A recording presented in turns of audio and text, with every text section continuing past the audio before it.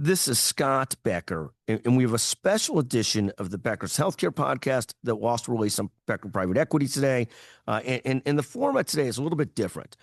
This is a situation where Peter Murphy Lewis, who does film documentaries, has got a fantastic marketing mind and marketing firm, and does so many interesting things. But one of the things he does is he comes on podcasts and does what he calls the Strategic Pete Takeover, where he interviews the host of the podcast and talks to the host of the podcast. So this special episode involves Peter Murphy Lewis, who is just phenomenal and a great interviewer. I learned a lot from having him interview myself on the Becker's Healthcare Podcast and the Becker Private Equity Podcast and talk about business, healthcare, and a lot of other things. And it was really just a pleasure. So we hope that you enjoy listening to this special episode of the Becker's Healthcare and Becker Private Equity Podcast. Thank you very much. And thank you specifically to Peter Murphy Lewis for making the time and energy to do this. Thank you. What happens when the guy who's interviewed US presidents, Fortune 100 CEOs, and healthcare's biggest names becomes the one answering the questions? Don't leave the podcast. Hey everyone, I'm Peter Murphy Lewis, documentary filmmaker and creator of People Worth Caring About, a series shining a light on healthcare's unsung heroes. But today I've hijacked Becker's Healthcare Podcast mic to flip the script in a big way. You know Scott Becker as the voice guiding conversations with presidents, pioneers, and industry giants. But today we're turning the mic around to uncover the architect himself, how he built a media empire, the bold ideas he's betting on, and the principles he lives by when no one's watching. If you've ever wondered what it takes to shape an industry or how a lawyer became one of healthcare's most trusted voices, this episode is for you. Now, I have to be honest, and I said this before I said record, I'm a little bit nervous. I produce documentaries and help CEOs find clarity in their chaos, but today I'm a pupil, I'm a student. Scott didn't just build a business, he's built a platform that answers better questions. If I walk away a little smarter after storytelling, strategy, and legacy, we all have won listening today. This is full circle moment for me because Scott interviewed me back in December 2024, and now I get to turn the tables. So welcome to Takeover, Scott Becker. It's an honor to have you as a guest on your own podcast. Let's dive in. Well, Peter, thank you so much for having me. What a pleasure. What a brilliant idea. I absolutely love it. And this, I'm hoping, is the least stressful, whatever period of time for both of us today. So just enjoy yourself, and I'll do the same. Thank you so much for the idea and the chance to visit with you. Thank you very, very much. Love it. I have to start off by asking a question about what AI told me. Is it possible, Scott, that you have done more than 7,000 interviews on podcasts? That is probably, I'm sure, correct. Yes. I mean, we do most of ours are short form podcasts. That's fascinating that comes up. I've never done that with AI or Grok or any of these services like that, or ChatGPT or whatever you use. That's fascinating. That's probably right. Yes. And it's, many of them are 10, 15 minutes in relatively short form, but that's probably right. That's probably right. Yes. Wonderful. Well, then let me prep this a little bit for the listeners. I want to start off with this. There's leadership, and then there's building something that changes the way an entire industry thinks. There are conversations that don't just inform, they rewire how we understand power, service, and scale. And today I'm talking to the man who's done that in healthcare conversation. He helped define it. He didn't just build Becker's Healthcare into a media juggernaut. He did it with a mindset that puts listening before talking, humility before hype, and mission before ego. Scott, we all want impact, but how do you build legacy without losing yourself in the noise? Yeah, no, I think it's a great, great question, and you're way, way too kind, clearly. The concept is we believe in a couple of core concepts. One is that you can't do anything seriously without a team. And so at the end of the day, there's a handful of things I've been seriously involved in. And the core lesson I learned a long time ago, and it came out of a couple discussions and some reading and just growth, was that nothing gets done seriously in any serious way without a team. And so for myself, the things I've had great success with, I've aligned with and built great teams. The place where I've fallen short, I've not made the investment and the time and the effort to build serious teams. So anything you do, It's built around building teams and great people.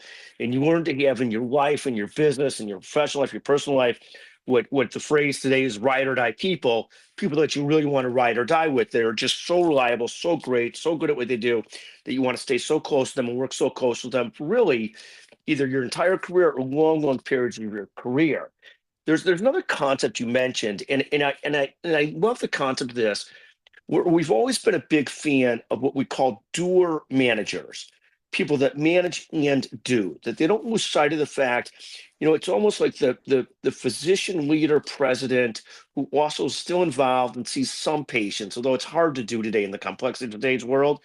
But the concept that people aren't scared to do and manage. And so when you mentioned I've done 7,000 podcasts, that's probably a right number, and that's probably me working too much in the business, being too much of a doer versus a leader and a thinker and strategist. But it reflects a lot of how we do a lot of things with a bit of a team and a bit of a grind, and not being afraid to get your hands dirty and be what we call a doer manager. The worst thing we've had in business, I should say the best thing we've had in business is leaders that also do, leaders that see, leaders that help. And you get to people that are running these scaled organizations, health systems. You talk about the Association of the Nebraska Hospital Association, where they're running big things, or Nebraska Medicine, or whatever it is, or huge systems, and they can't really do everything. They've got to spend much more time on their top 8 to 10 lieutenants and people that they're working with in teams, but they can help set the culture too. But this concept of a mixed doer manager, we love building teams. We love being a doer manager.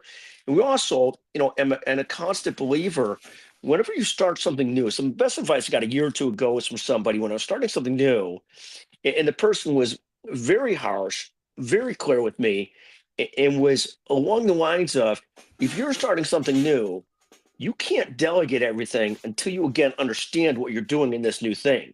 And I thought it was harsh and great advice, and that person was right on in their advice to me. So you sort of never lose focus on learning and growing, but it's all about teams and strategy and niches and so forth. But it all starts with, you can't do anything serious without a great team. So, based on that advice and the new things that you were thinking about starting, did you start and delegate, or did you slow down and be like, he was right, I need to be involved and I don't have the time? Yeah, no, you've nailed it, really, because that's exactly the issue of a lot of things I do, that I sort of that hit this balance between, advanced hobbies versus businesses. And if I really want to turn the next thing into a serious business, I've got to find the serious time to commit to it, and spend the time. Actually, one of the things we talk about in business constantly is finding what we call product market fit, building something that people actually want to buy, and that you actually want to sell, that you want to do both of, and so we talk about this so much. And to your point, I sort of made the decision that I've got so many things on my plate. I better stick to this for the moment. What it was is an advanced hobby versus a business, even though I love it, because I don't have the energy or span to deal with customers in the right way on that, while still taking care of the things that we do at Becker's Healthcare, and by background, the things that we do at the law firm I'm a partner at. So we sort of said, you can't do it at the level it needs to be done to really find what want to find, and don't have the energy to take the next step to find the right people to do all that without first investing time myself and understanding product market fit really well. That's a great question, Peter. How, That's why and you do this for a living. how big is your team? You talk a lot about team, and I do as well. I find that I like to create culture. I'm a little bit of a doer. I love to delegate. I resonate with what you're saying. I'm wondering how big your team is today. Sure. So at Becker's Healthcare, we have about 100 employees, but you have to remember, one of my colleagues, the CEO, Jessica Cole, really runs the entire company day to day, and I'm able to serve in the role that I serve in, which is more or less chief content officer, board member, advisor, podcaster, speaker, those kinds of things. So she really runs the day to day. Got a very large editorial team, about 30 plus people, nice sized commercial team, an events team. Yeah, we're a big believer in that you stack people on your core areas and outsource what you don't have to have internally. So our role, be a magnet to listeners, to readers, to attendees, stay really closely connected to the health system community, And our people's job more and more, it's not just putting out information, but it's also staying really closely connected to the community, to the people that listen, read, attend, to make sure we're resonating and we're on board with what they're thinking about. So there's about 100 people there. The law firm itself, which I am at one point was on the board of, at one point led a division within the law firm.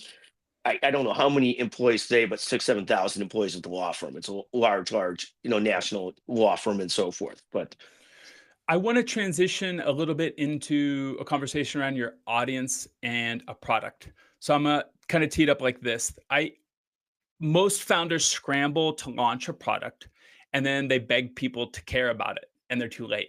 Everyone's selling you something before you've even seen them or they've seen you. But you, Scott, you're different. You built the crowd before the curtain even lifted. You flipped the model on its head. You didn't start with a pitch. You started with trust, at least from my observation point. As someone who spends his days helping leaders find clarity in the chaos, I had to stop and really think about that, because what you've built, this wasn't an audience. You build a relationship, and relationships are not rented, they're earned. So most founders scramble to launch a product and then they beg people to care about it. Everyone's selling you before they've even seen. But you, Scott, you built the crowd before the curtain even lifted. You flipped that model on its head. You didn't start with the pitch, you started with trust, at least from my perspective. And as someone who spends his days helping leaders find clarity in chaos, I had to stop and really think about what you're doing, because what you built, that wasn't an audience. You've created a relationship, and relationships are not rented, they're earned. So how do you actually build an audience that turns into a profitable strategic platform, aka product? yeah, so that's a great question. And you have to remember, I'm an incremental builder. Some people are visionaries. I am not a visionary at all. I'm an incremental builder. I'm a tester and builder. And when I first started this company, Becker's Healthcare, it was like a lot of things in life. It was very incremental. For the first 10 years, and this goes back 30 plus years ago, didn't have employees, outsourced everything. We did a very simple newsletter and a very simple conference each year. And that's very different than today. We've got 100 employees. We do probably a dozen conferences a year and have millions of people that read one way or another what the company does and what the editorial team does. But when getting started, in any sort of business, this was not intended at first to be a business. It was first intended to be sort of thought leadership, trying to learn, trying to make myself an expert in the healthcare world, learn about the healthcare world, being what we would think of today as a thought leader. 30 years ago, people didn't use that term, but that's the term. So I started doing newsletters, started doing conferences, and didn't even understand that this was potentially a business for some time. And then what happens is started to grow relationships, started to grow an audience, started to grow what we were doing. And at some point, and this goes back 20 plus years ago, started to look at this and say, oh, this could be a serious thing, not just an advanced thought leadership thing or an advanced hobby. And at the time, the world didn't move so fast 30 years ago. There's so many things that were easier 30 years ago. Like when you say to your kids, or I say to my kids, well, I paid my way through school. Well, that was easy 30 years ago when you went to state school and it cost $1,000 a year. Or when I went to Harvard Law School and it was nothing compared to what it costs today. You could pay your way through school. Today, the cost of these things has been so crazy you can't do so. But building an audience, building a business, 30 years ago, it's really early in the internet stages. We're really early in building digital newsletters, digital websites. We competed against a great publication, that's still a great publication, that was very focused on print and print magazines. And so many things are by necessity. We ended up doing great because we couldn't compete with them in print. We evolved in deciding we had to be the leaders in digital. And at the time, the digital world wasn't such an information overload world. And it's not to downplay what we did, but it was a much less competitive world 20, 30 years ago. And I was able to sort of dawdle with it for 5, 10 years till I started to figure it out and start to really hire people full-time in the company and grow the company. And then in life, there's there's luck, and there's making some good decisions. Some of the early good decisions I made in both the law firm and in the media company in Becker's Healthcare was when I attached to or started working with great people. I'm a big believer that you double down on what's working great. And when I Mhm. started to work with great people in the law firm, it was a person named Jessica Cole and some other people. And not in the law firm, in the media company, it was Jessica Cole and some other people. In the law firm, it was Amber Wallace, Holly Buckley, Bart Walker, and some others. But when I had great, and Melissa Saban and others, great people working with me, we then made every effort to take care of them, to make sure they were thriving, we were thriving, that we were growing. And so many of the people that have been with me for the journey, both in the media company, Becker's Healthcare, or at the law firm, have been with me for a long time. We were remiss not mentioning people like Katie Atwood and Allie Warner and Laura Derrida and Scott Jones and Mount Gamble and a lot of others that have been with us for a long time in the media business. But the key is you're constantly, businesses can be very simple. You're trying to find great people that work with you and great customers that you work with, and sort of providing that mutual product fit of what works. And so we started building an audience. We started building an editorial team. Now we've got 30 people on the editorial team, really hardworking, smart people. We were ahead of the game in terms of short form journalism. And this was, again, my learning is almost always incremental. And I've been with people that are just brilliant that could think in the seventh draft. That's not me. So when I first started this, I would write long strategic pieces, and I thought they were really smart. And what you'd find is nobody would read them, or the audience for reading the long strategic pieces that I thought were brilliant was very small. What people really wanted was short form ability to see what's going on in their sector, what's happening, what's a quick sense. Like nobody could digest the long form stuff, or very few people wanted to, but they could digest it and wanted to digest the short form content that gives them a sense. Here's what's going on in my area. And so one of the real works was trying to get the editorial team, and everybody grew up in a different editorial age. Not today. Today it's easy. Back then, trying to convince writers to write short form was literally a war. Was brutal. Today, the people that come out of journalism school, that come out of multimedia school, that's what they do. So they think it's weird that somebody would write a 2,000 word, a 4,000, a 5,000 word piece. They're all used to writing shorter pieces today because that's what people read and get a sense from things are. But it was very different 20 years ago, 20, 30 years ago. Same thing with our conferences. Years ago, we moved towards relatively short form, people on stage, people talking, panels, just like our podcast is 10, 20 minutes. And we used to have this old saying. Every speaker would say that they needed more time. And every audience member would say they needed less time. And we say that somewhat jokingly, but one of the things we evolved to, and it was a learning process, was shorter form, almost everything, versus longer form, because that's where our audience was. That's what they would respond to. And we would get, when we really moved hardcore to short form journalism, it was a long time ago, and the overriding amount of positive compliments we would get were literally about that. And it's listening to those signals and constantly listening to those signals. And I guess that goes to product market fit in any business you're in. It's really understanding your audience, really listening to those signals. I mean, few of us, when I first started this, it was back in it was a niche within healthcare. And people would say, oh my God, you were so smart to pick that niche. That niche really ended up being a growth niche.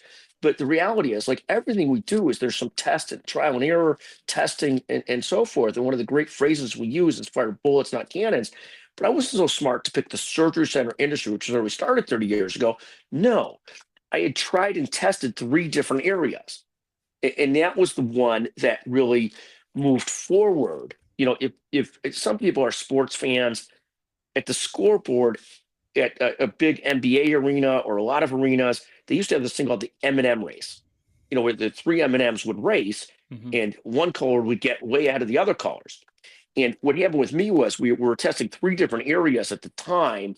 This goes back 30 plus years ago. It was disease management, it was cardio, and it was the surgery center area. And the surgery center area was like the M&M that ran way ahead of everything else. And the smart thing was, something we talk about with people all the time, we doubled down on that area.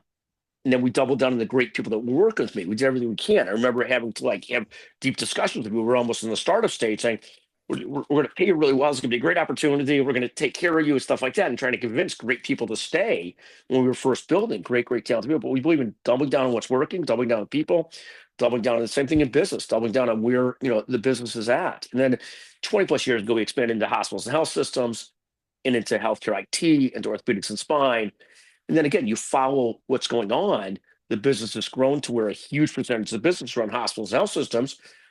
I wouldn't have expected that, but I was smart enough, and I understand why it did now, but I was smart enough once it started going well, like the M&M race, to put more and more resources into that. We have a phrase in the law firm that we used to use. I don't know if people use this anymore, but best people on best clients, same thing, best attention on the most important areas. And it's a constant evolution. And it's not, most of us are not smart enough to know abstractly what those are going to be, but most of us are smart enough to pay attention once we see it and to start doubling down in those areas. And so that's sort of how we evolved and grew up. The podcast thing you mentioned, that stat on 7,000 podcasts is an amazing stat. I did not realize that. But we started podcasting prior to COVID. And it's like many things. I was ready to give up on podcasting. So, podcasting is challenging because you're speaking to a person, but you're also speaking abstractly into an audience, and you don't get immediate feedback like you do when you're giving an in-person speech or a webinar. And so a couple years into podcasting, I was ready to essentially give it up for all practical purposes. And then COVID hit. And COVID hit, and all of a sudden the stats, because I get daily stats on how many people are listening, what they're doing, and the numbers went through the roof of the number of people listening and the connectivity. And connectivity, all these businesses today, particularly with so much artificial intelligence, with so much technology, the difference in business today, yes, you have to be great on those things, but one of the huge differences in business today is this connectivity and following the signals. And so we ended up doubling down on podcast. And so, because it ended up being people were listening to it. And so we ended up very engaged in it. And 7,000 episodes later, we're still doing it. Probably not as many episodes a day as I was back in the day, but a lot of it is listening and growing and incremental. It's not in being smart enough to, we always say grind plus think. And so grind plus think. So do what you're doing plus think, but you have to assess. But it's, I could go on and on, Peter. I'm going to stop for a second and give it back to you. Sorry about that. No, and you may have already answered this a little bit, but maybe not. I like how you talk about kind of leading indicators, listening closely in what's working and not. The M&Ms make sense to me. I think that I approach kind of growth in the same way, but I want to transition a little bit into kind of learnings from legal and then also into the media company. So I don't know many lawyers who end up interviewing presidents and shaping industries. You came from law, probably the most structured traditional paths out there. And obviously you're here, you're leading conversations that reach millions now as a media company. That leap is a big one. I'd like to know what have you learned from the media company that serves you as an attorney, and also what served you as an attorney that helped you grow into this media company? Sure.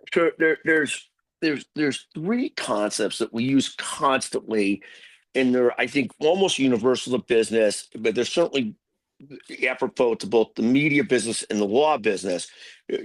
First of all is we think of three concepts: niche-centric, team-centric, and customer-centric. So we think of those three things constantly. So, and what does that mean? Niche-centric means that you're in some sort of niche, not in everything. You follow me? So Becker's Healthcare has been very successful. We're very focused on a niche area, healthcare, and then niches within healthcare. Similar with the law practice, was very focused. Me, ran our healthcare department for a long time. All of our work was with hospitals and health systems, surgery center chains, private equity funds that invest in healthcare, but it was all in healthcare. So we were niche centric, and those niches evolved over time, but everything's niche centric. The second concept we've talked about some, every serious business, people talk about these iconoclasts like Steve Jobs and Elon Musk and Mark Zuckerberg and all these other people, Judy Faulkner at Epic, but every single person, nobody does anything serious without a team. It's true that when the greatest compliment to Steve Jobs is the company has survived and thrived after he was done because he built a great team. And Tim Cook has ran it. It's similar with Microsoft and Bill Gates. The greatest compliment to Bill Gates, it's not that he started something, not that's great, but it thrives and he built such an institution that's fantastic today. And it's not too different with Jeff Bezos and others, but nobody does anything without a serious team. So the second thing is serious team. Everything's about building serious teams. There was a guy early on in my career, a lawyer at another firm, Jerry Peters, who just harped on me about teams are everything. And I took the advice to heart. I sort of understood it, and then we have a belief in teams. There's a core concept in teams and colleagues, and it's this thrive mentality. It's not top down. They have to thrive side by side with you. They have to have a Venn diagram where you overlap what they're doing and what they love doing and what the firm needs them to do or the company needs them to do. There's got to be these constant overlaps, but it's this concept of they thrive, you thrive. So most of my partners in the law firm that grew up with me have now surpassed me. They now make more money than me. They do fantastic at the law firm. They thrive.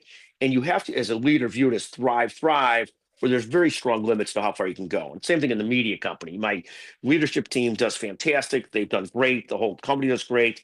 But it's really a thrive thing. It's not me trying to tell them what to do every day. It's they thrive, I thrive, and we're side by side. And it's really that team building. The third thing is customer centric. At the end of the day, and so many new software companies miss this, everything's about, are you actually taking care of a need for a customer? And if you don't keep doing that, you end up in trouble over time. So at the end of the day, we have to create a huge meeting. We have to make sure that there's lots of people in the audience there that can really enjoy being with each other, networking with each other. And we've got to make sure there's the right audience there, so the people that pay the bills for the conference can visit with the people they need to visit with there. So we have to really make sure it works for everybody, both the companies that are there and the audiences there. It's got to work for both. And all these lessons are, they work across sectors. In the law sector, we have to make sure that we're taking care of our great customers who are getting what they need from us, our clients in that regard. And it's the same thing in the media company. You got to make sure people are taken care of. I'm not sure, but there's so many lessons that go back and forth. There's differences, but at the end of the day, you've got this connectivity. As the law firms enjoy and use more AI and technology tools, at the end of the day, clients still hire lawyers and law firms and people that they trust are going to take care of what they need to take care of, and do it consistently, reliably for a long time. In the media business, our advertisers, for example, they trust that they're going to get in front of the right audience by being with us, and they're going to connect with the right people. And, we have to perform on that. It's not, it's like everything every single day has to be performed on. So, but a lot of the concepts, I think, and I can go on and on about the concepts, but a lot of the concepts come back to customer centric, niche centric, team centric.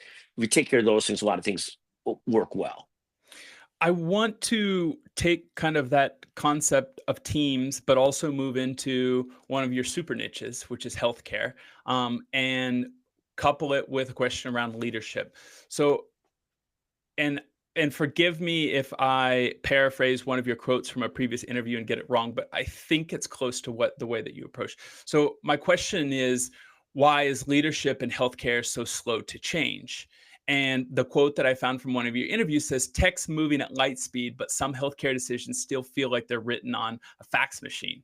So even with AI and predictive analytics and tech that's practically reading minds today, decisions still feel like it's 1995 sometimes in healthcare. Scott, what's breaking down in institutional healthcare leadership that keeps it from keeping up with the pace of real change that you and I see in other industries? Yeah, I think that's a quote from somebody that was on one of my shows, not myself exactly, but just to be clear about it. And I think it's a telling quote. I think our healthcare leadership overall in our nation does an incredible job in an impossible situation. And let's talk about that for a second. We've got about 340 million people in our country. You've got about 1,100,000 physicians in our country, and about 3 million to 4 million nurses in our country. Physicians don't get out of school till they're 32 or so, 30, 32, right around then. Half of them are going part-time by 40, 45 for a billion different reasons. So we have this tremendous shortage of physicians and nurses compared to the amount of people we need to take care of in our country. That's just a math problem, just a horrible, challenging supply and demand problem. So, the healthcare ecosystem has tried to catch up with all kinds of technological solutions to help sort of leverage better that physician community, that nurse community, and all the other technicians, everybody else that helps take care of people. But we are in a spot where we are horribly short in the supply and demand curve, the amount of people to take care of the demand that we have. And that's going to get worse before it gets better. One of the things I always say about healthcare is every single one of us is a consumer. So you could only it's one of the beauties of healthcare. Every single person is a consumer. So we know what we know about the system, and we know that in certain areas you can't find a primary care physician. In other areas, if you need a specialist, you got to know somebody to get to the right specialist. And this is becoming more and more people's experience. In many states, if you want a new primary care physician, you got to see if you can pay for a concierge physician. And some of these lessons might be lost on people that are so healthy in their 20s. By the time they get a little bit older, everybody's got ailments of some sort, And so I think our healthcare leadership is really, really good and playing in a very, very tough game. I mean, you've got a situation where healthcare leadership, California is a perfect example. California is trying to legislate that a hospital can't charge more than a certain amount. But what happens is that's somewhat ludicrous, and it's not a knock on hospitals, it's not a knock on government.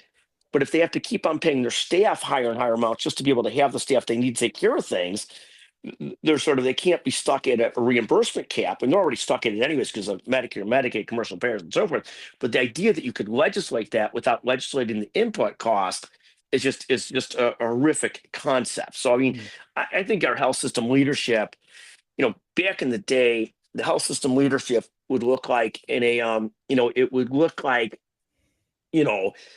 oh God, I'm trying not to stereotype. It would look like a small town, an older guy that looked like me, and maybe a ruddy faced guy and stuff like that. Today, the people that run health systems are bright, driven professionals. The older ones, the younger ones, they're bright, driven professionals trying to do the best they can. I came from originally in my career a physician-centric practice to where everybody thought hospital administrators were not good. And then as my practice evolved, we started working with big health systems. I was like, oh my goodness, these people work really, really hard. So and a lot of them are really, really smart, and they're running big organizations. So I don't know that. I think you're dealing with an impossible challenge. You're dealing with 340 million people, 1,060,000 doctors, 1,000,001 doctors, and trying to take care of our growing expansive population with the resources that these people have is an impossible problem. And what happens on the technology side, people say you could fix it through technology, you could fix it through preventive medicine. I think this anti-vax concept, and I don't mean to offend anybody, is ludicrous. I mean, this, vaccines, the polio vaccine, the measles, mumps, rubella, we need those things, I think. People have different perspectives on it, but this concept that technology will fix everything, if you're a health system leader, you are getting an explosive amount of technology sold at you and trying to figure out which ones really solve the problems you have versus not. A real challenging situation. There's also always this concept from, politicians and others of, well, it should all be preventive care. In the other biggest nations in the world, preventive care only goes so far because we can only prevent so much. And if you look at countries like China and India, which have the two biggest populations in the world, they have a harder problem than we have. But it was the limits on preventive care were very, very apparent during COVID, where they were just totally short doctors and nurses to take care of people. So India got overrun for a period of time. China had to lock everybody up because they couldn't afford to have contagions. They don't have enough doctors and nurses. So we need to solve the problem of having enough doctors and nurses to go with the technology. I mean, the job of the leadership of these big health systems, reimbursements relatively flat. They're seeing more patients getting paid the same or less, and costs are going up, and they're just in an impossibly difficult situation. So I do think there are challenges, but they're really tough challenges. And I give great credit to these systems that are working forward, trying to constantly solve them, trying constantly to provide great care. It's almost, we go back to this thing of customer centric. One of the beautiful things that we've said it before is all of us are consumers. We might not know perfectly, but we know when we're in a doctor's office or a system and we're taken care of really well, and we feel it. It might not be perfect, but it's not going to be perfect, but we know when it's staffed or not staffed. The flip side is we've all been in hospitals, or at least I have, where you're like, oh my God, there's nobody here at night and I'm stuck here in a hospital bed. This is very not comfortable. And I've been in hospitals where, no board member at that hospital takes their family to the hospital. I'm like, oh, that's a hospital that has to align with somebody else. There's it's a great divide and great challenge out there. But I think hospital leadership is the old days. It was the old boys network.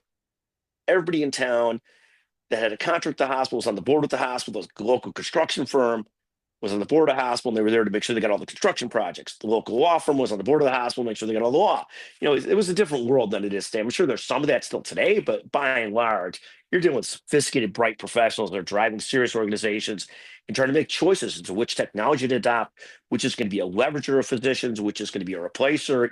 Where's that line where you can really make do with a lot of technology versus a lot of people? And it's, if you're 20 something, you think technology should do all of it. By the time you're 40 or 50, you want some people help as well. And you realize you need doctors and nurses too. Yeah. Scott, I want to transition into content world outside of podcasts. You've published a number of books. Which book is the hardest and which was the most enjoyable, and why? Yeah, no, that's a great question. It's a great question. So back in the day, I was involved in and wrote and drove a number of healthcare books, healthcare nonfiction, healthcare legal books, healthcare business books, stuff like that. More recently, I wrote a business book, and it was written for different reasons and trying to figure out the why, the real why there. But the concept of writing books, each of the books I'd written before, I wrote with some minor amounts of help. And this is like, the thing that, like, one of the things about life is we often have to relearn lessons time and time again. So when I wrote 4 books like 20 years ago, I remember how much of a headache it was and how much my time should be allocated elsewhere versus writing more books. And so, one of them was called Healthcare Law Practical Guide. One of my taken over as leader of, one was called the Physician's Managed Care Success Manual. One was a surgery center book. Another one was a surgery center book. And I remember back in the day, 20, 30 years ago, writing these books and be like, this is a huge headache for the amount of benefit that comes from it. And so, but one of the problems with life is, there's a great quote on this, you have to relearn these lessons periodically. So the last couple of years, I wrote another book about business. They called The Entrepreneur's Edge, How to Build, Grow, Manage a Business, whatever. And, and the amount of headache in writing the book, and I shouldn't say there's not benefit to it. It's certainly not a profitable exercise, but a really interesting exercise. And there's lots of positives out of it. But, the question of, like, if I write another book, I'm going to use a serious, not ghostwriter, but somebody to seriously help me write it, because the amount of hassle compared to the amount of, the cost benefits, very hard on it. Though this book that I wrote on business was intended to put together a lot of my management and investment thoughts in one place, largely so I had them in one place. And part of that was for my children, for others, to make sure I had them in one place so I could always reference them. Now, the finest moment of that book was my daughter's in her mid-20s, or one of the daughters in her mid-20s, and she had a bunch of friends over. And they're all young professionals. They're all really smart young people. They're young adults now. And one of them asked me, what would you do as a beginning investor? And so, of all the different things that came out of this book, the most fun thing was the daughter's friend not realizing I had written a book and saying, oh my God, let me show you the chapter on that. And that was like the moment of like, this was almost all worth doing, that somebody was actually interested in what I had written or thought about in it. But it's I'm dawdling with working on another edition of this book. And I go back to this concept of, I constantly have to relearn my errors of, is that really a good place to put my time or not? And we're trying to figure it out. But I do love it. We've done I could go on and on about this, Peter. There's been so many mistakes I've made in it. I could go on and on and on about it. But it's a fascinating process. But it's hard work. I had someone about 15 years ago ask me the question, what is the book that I've read the most? And then they followed up which is the book that I've gifted the most? I'd like to know your answer to both of those. Sure. So the books I've gifted the most, back in the day, there was a book called The Go-Giver, and this must have been 10, 15 years ago or so. And I gave a lot of these books out because I love the attitude in it. I love the thought in it. I love the whole thing in it. And I gave a lot of those books out. It might have been a gift I gave out to clients one year, to others one year. I thought it was just a great, great book. I have given out some of my more recent book a decent amount, and I'm always a little embarrassed when I do so. It's always a little bit goofy. But the Go Givers book I gave out regularly, that was written by a third person. The book, there's so many books there was a time when I'm still an avid business reader. I'm as much an avid fiction reader as I am a business reader and documentary reader. I listen or read a ton. Back in the day, there was a book by a guy, Jim Collins. James Collins was one of the great business thinkers of our generation or the generation back, who wrote a book called Good to Great. And the concept of Good to Great was that it's all about building teams. Strategy is important, but you come up with the right strategy. If you get great people on your team, you can figure out strategy and figure out product market fit. But if you don't build a great team, you can't do it. And there's so much of what he wrote that really resonated with me. And it's not like I've come back and read it a bunch of times and all those kinds of things.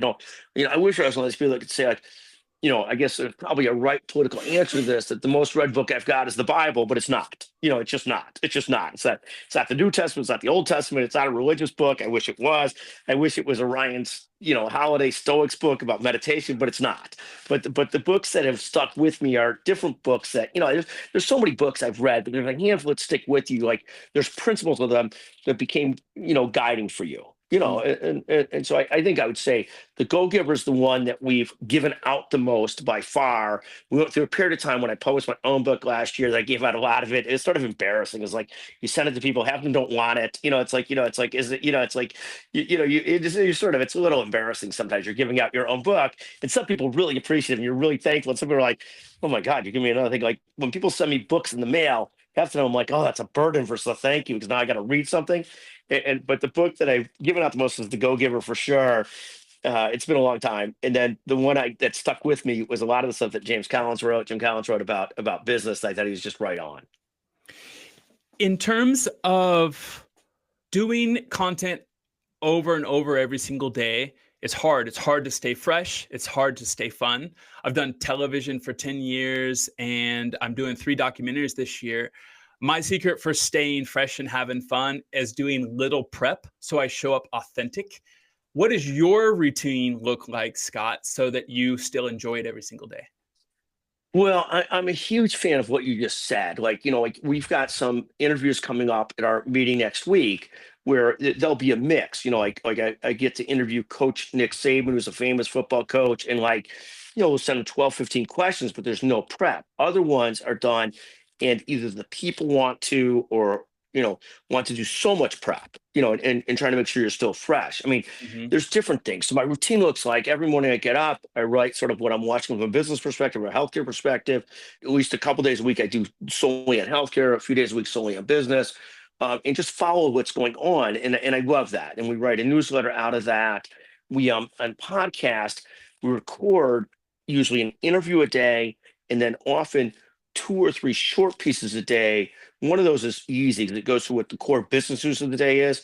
But the other ones are the ones that take more creativity.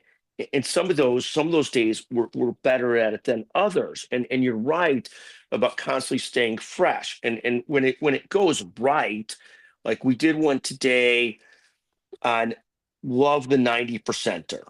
And this concept is, and so many things come out of discussions and meetings and talks, that we're a believer. If you got people that work with you and they do things 90% great, you better love them and you better appreciate them and you better not nitpick the other 7 to 10%. You could talk to them periodically about if they want about getting better, but you better love the 90% that they're doing. And it came out of a discussion, where we got a team that's doing incredibly well and somebody had some criticism, and I'm like, don't be criticizing that team and those people when they're doing 93, 97% of stuff fantastically well, better than they've ever done it. love the 90%. So that's a concept, but many of our podcasts are creative and fun. I was with, we did a podcast that's more on the creative side, The Lost Art of Counting. And somebody might read that title and think it's a serious podcast, but it's really about either on the golf course, friends that don't count all their strokes and must have missed the art of counting, or the personal trainer doesn't count all the reps, or whoever it is, and sort of but it's humor and creative and fun versus a serious business podcast. And it's a constant effort, and you know how it is. Like days where you're sharp and you're in a good centered place, you're more creative and better. Other days you're sort of just trying to get through it and try not to put up stuff that's sort of like that's not worth reading, because you're just sort of like, you're tired, or you're not energized, you're not in a good spot. I mean, I think it's just a very human experience that, like, I do a lot of today Twitter and X polls for ideas. I was having a tough day the other day, and the Twitter poll was, what do you do when you're feeling down or not motivated? And I think most of us have, as far as I can tell, most of us have days like that. I mean, not everybody was comfortable talking about it, but so and so it's top of mind, and you get it back a fascinating number of perspectives. And you actually learn something almost every time you put out one of those questions and polls. I find it so all kinds of different ways of, like, from the people that write back really helpful things, the people that write back profane things, you sort of it's great fun. But the constant effort to put out content and think and grow. And this was the issue of, like, this was the challenge of, grind but think. And sometimes I get such into the mode of just grinding, I'm not thinking about who it's attaching to, who's listening, who's doing great with it or not. It's another effort to grind and think. And sometimes I'm very good at it, sometimes I'm not as good at it. And a constant challenge. In terms of how you've changed, you've been interviewing for a decade, 2 decades, 3 decades at this point. Maybe you've fine-tuned your craft over time. I know that I did that by spending a lot of time on Cal Fussman, a journalist from Brooklyn who went to University of Missouri. I just deep dived on him. But I've changed my craft less over the last couple of years than I did at the beginning. What have you done in the last couple of years that you have done to improve your interviewing skills?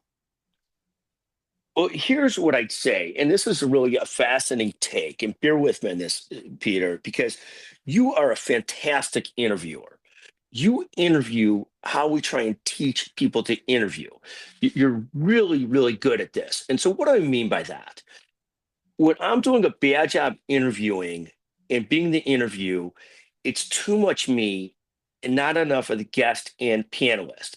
And so we have this core theory that it should be 10% you, 90% the guest, or pick a number.